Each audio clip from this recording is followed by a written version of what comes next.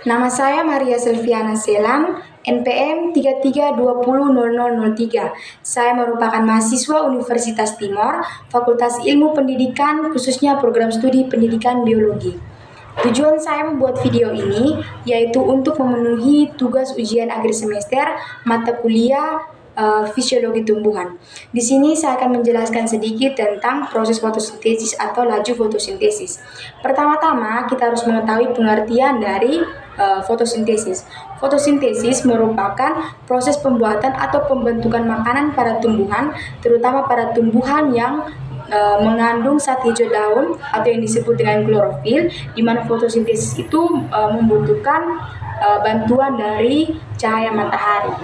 Yang kedua, ada beberapa faktor penting yang sangat berperan penting dalam proses fotosintesis. Yaitu yang pertama ada cahaya matahari, yang kedua ada karbon dioksida atau CO2, yang ketiga ada air, yang keempat ada oksigen atau O2.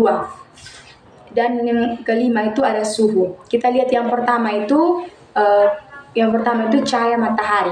Cahaya matahari sangat diperlukan oleh tumbuhan dalam proses fotosintesis. Semakin rendah cahaya matahari, maka semakin lambat pula proses fotosintesisnya. Yang kedua itu karbon dioksida atau CO2. Fotosintesis bisa berjalan meningkat apabila fotosintesis bisa berjalan meningkat seiring dengan naiknya kadar CO2 udara. Yang ketiga itu ada air. Air sangat diperlukan oleh tumbuhan karena air berguna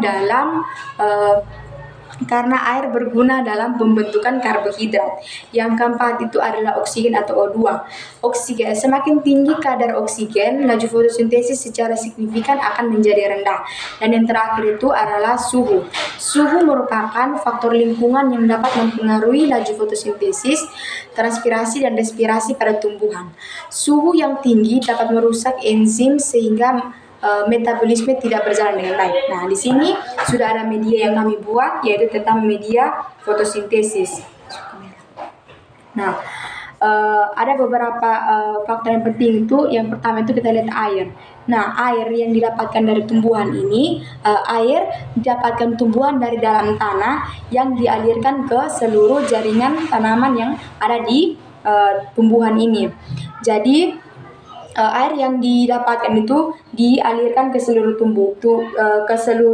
tubuh tumbuhan, termasuk karbohidrat. Yang berikut itu ada karbohidrat. Di setiap karbohidrat itu dia didapatkan melalui stomata yang terletak di bagian bawah dari daun.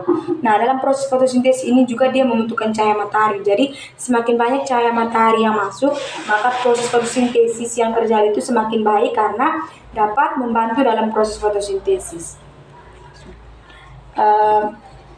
Demikian presentasi yang saya buat. Sekian dan terima kasih.